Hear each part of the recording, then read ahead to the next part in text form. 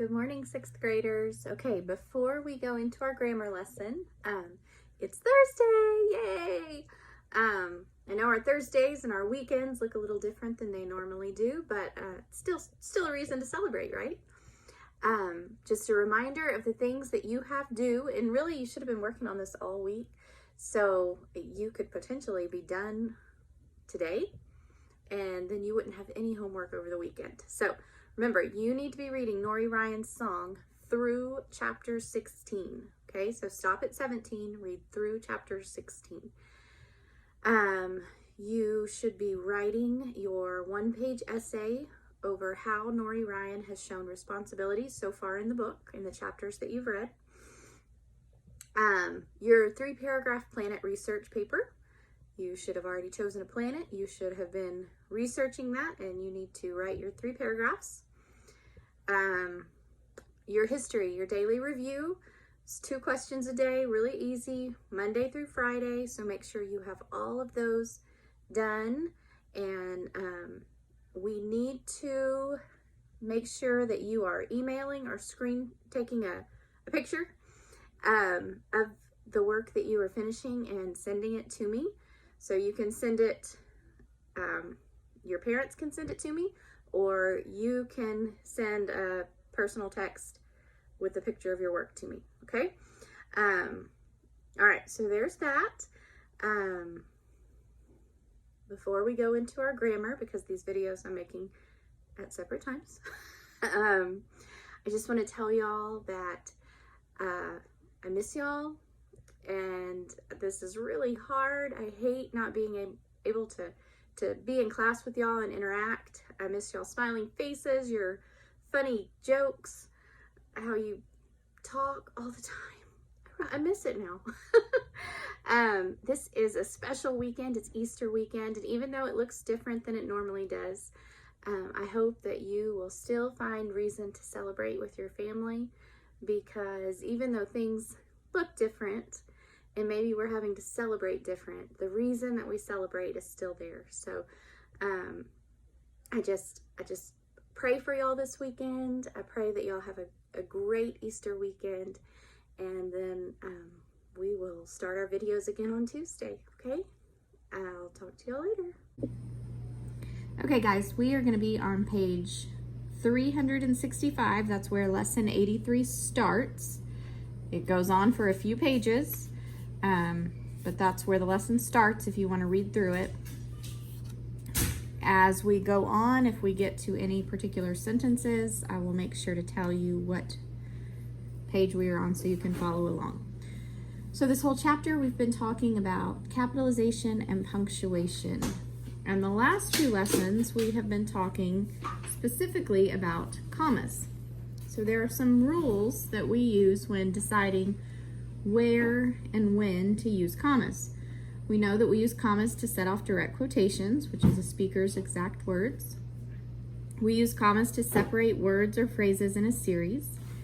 We also use commas to separate 2 or more descriptive adjectives that modify the same noun. So we looked at some of those yesterday. One of the rules that kind of helps us is do not place a comma after the last adjective just before a noun. Place a comma between 2 descriptive adjectives only if it sounds right to say "and" between them. So one of the sentences we looked at was she used the soft, warm blanket. In that case, you could say the soft and warm blanket. So we would use a comma in between.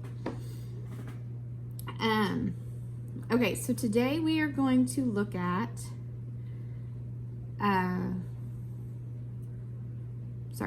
we are going to look at using commas that set off words. But before we start looking at that, there are some words that I need you to know going into the lesson. Okay. You can write these down if you feel like you need the notes. If you don't, then just kind of listen and follow along with us, okay? Okay, so some words that I need you to know before we start this lesson. an appositive.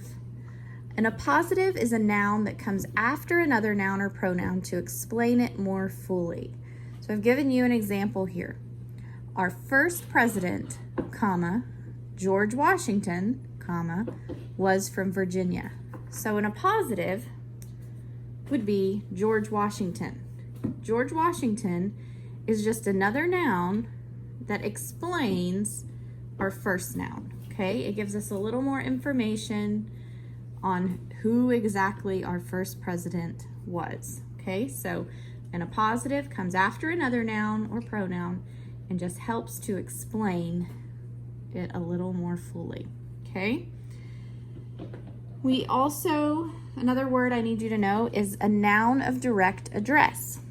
So a noun of direct address, it names the person to whom one is speaking. And the example that I gave you says, Lynn, did you see that it's snowing? Okay, Lynn would be my noun of direct address. It names the person who I'm speaking to. Now, a noun of direct address can come at the beginning of a sentence, like this. It can come at the end of a sentence. It probably won't snow very much, comma, Mark. Mark would be my noun of direct address. It names who I'm speaking to. And it can also come in the middle of a sentence, like this one.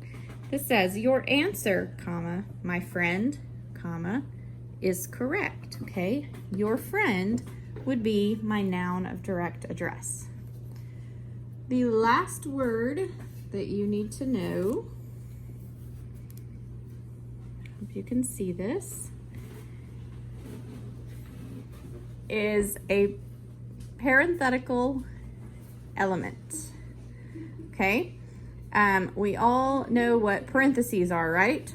So these are our parentheses. A parenthetical element are words that interrupt the main thought of a sentence, okay? So words that interrupt the main thought of a sentence, they could be enclosed in parentheses. For example, we shall try, of course, to find a new meeting place. Okay, this doesn't really go with the sentence. It's kind of an interruption. This is our parenthetical element, okay? And we use commas to set it off. Now, those are just some words that I needed you to know before we go into the lesson. Now, I'm going to give you the rules that we need to follow. My board is getting yucky. Okay. Now we've talked about how important commas are. I'm gonna write a sentence on our board. I should have grabbed a few more boards from our classroom.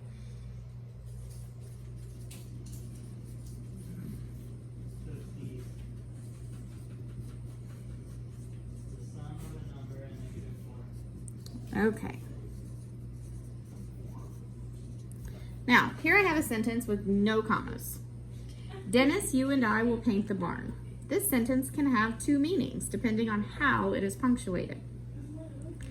Could be, Dennis, you and I will paint the barn. Or, could be, Dennis, you and I will paint the barn. Okay, so depending on where my commas go, can change our meaning, okay? Let's see. So we talked about appositives. Remember, I told you an appositive is a noun that comes after another noun or pronoun to explain it. If you hear talking in the background, that's because Josh is doing school with Emma. We've got a lot of school happening over here right now. Okay. Sorry for that little interruption. Okay, an appositive, we said, is a noun coming after another noun or pronoun to explain it. When an appositive comes in the middle of a sentence, we are going to use commas before and after. When it comes at the end of a sentence, only one comma is needed, okay? see if we can still see that. So yeah, okay. Our first president, comma, George Washington, comma. So you see I had to set it off. I had to use commas on either side of it to separate it from the rest of my sentence. All right, same thing with the noun of direct address. It names the person to whom we're speaking to. Commas must be placed before and after it. When it comes at the beginning or end of a sentence, only one comma is needed. So we talked about that. I kind of went over these rules when I went over the words, didn't I? Huh, okay. Okay, so since we kind of did that, let's look at some examples. All right, I'm going to be on page 366 in your grammar book, class practice, part A. Okay? All right. So page 366, class practice, part A. Okay. I'm sorry, you're gonna have to watch me write. So I'm on number 1.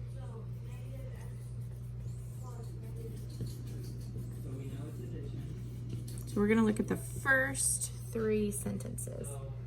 The sum of the opposite of a number, which is negative x, and Sorry. negative 3. So that's your problem. So you just kind of simplify it. Okay. So remember, we have a positive, direct address, or a noun of direct address, The opposite or parenthetical element.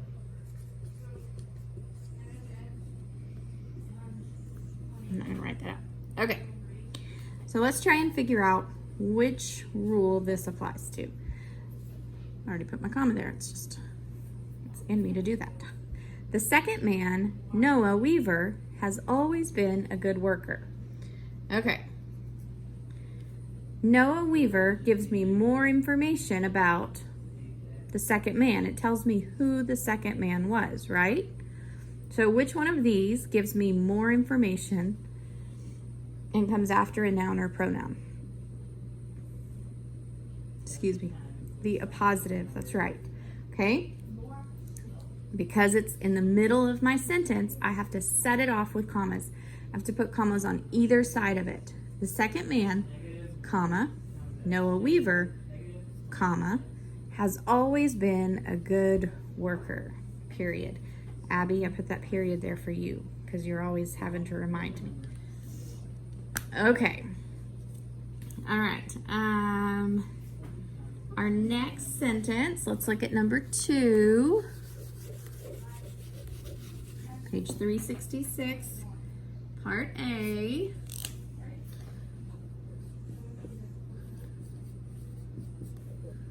I shall not forget Shirley.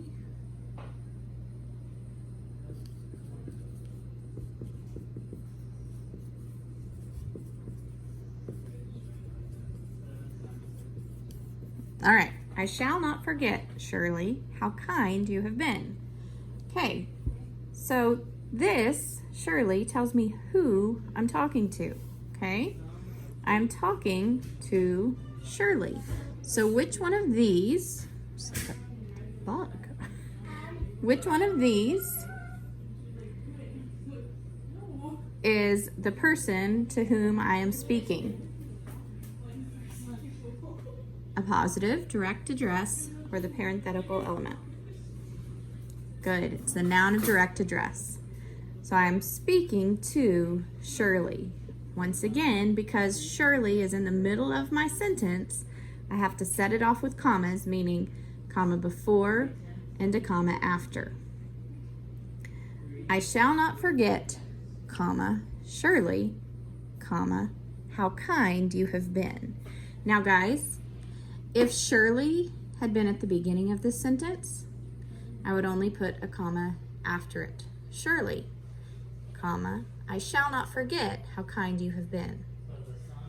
Same thing if it's at the end of the sentence. In that case, at the end, it would be before Shirley. I shall not forget how kind you have been, Shirley. Okay? So, the only reason it has two is because it's in the middle of my sentence. If it's at the beginning, it comes after. If it's at the end, it comes before. Okay? All right. So let's look at number 3. All right, number 3, page 366. Or less than the number. The number is X. Or less than X. Oh, X minus 4. It says 4 minus X.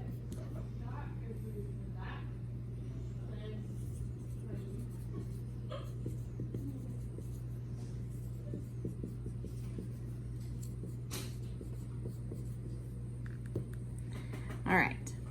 He will come, I expect, sometime after dark. So, do I have an appositive? Do I have a noun that comes after a noun that gives me more information? Do I have a direct address? Am I talking to someone directly? Is their name mentioned here? Or do I have a parenthetical element? Is there something in here that kind of interrupts my sentence?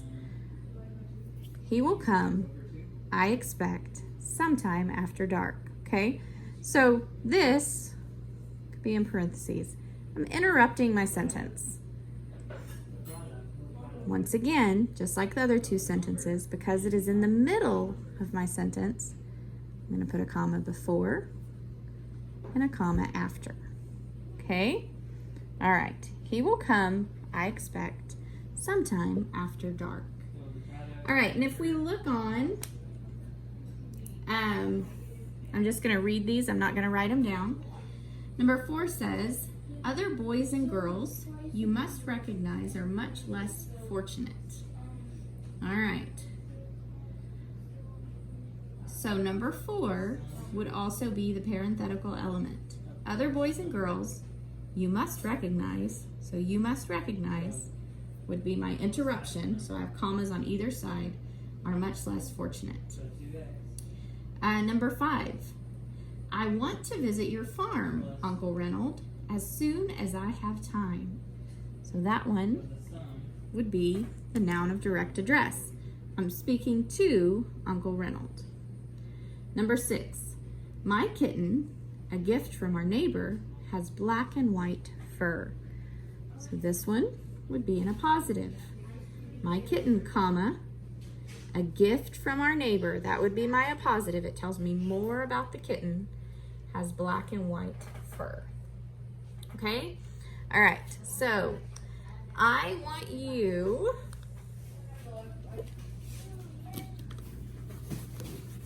to do on page 367. So page 367, written exercise.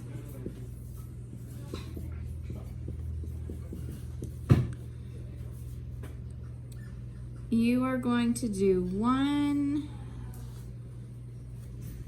we're going to do A and B, but I only want you to do the even numbers. Okay? So even numbers, y'all know from math. 2, 4, 6, 8. Who do we appreciate? Okay. See, when you do your videos at night, when everyone's still awake, they interrupt you. Okay, so A and B, just the even numbers. So the first part, you don't even have to write the whole sentence. It just wants you, just like yesterday, write the word that needs a comma and put your comma after it. And then on part B, it wants to do what we just did. Tell whether you have a positive, direct address, or neither. So there's not even the parenthetical element. So, a positive or direct address. Okay? So written exercise, A and B, even numbers.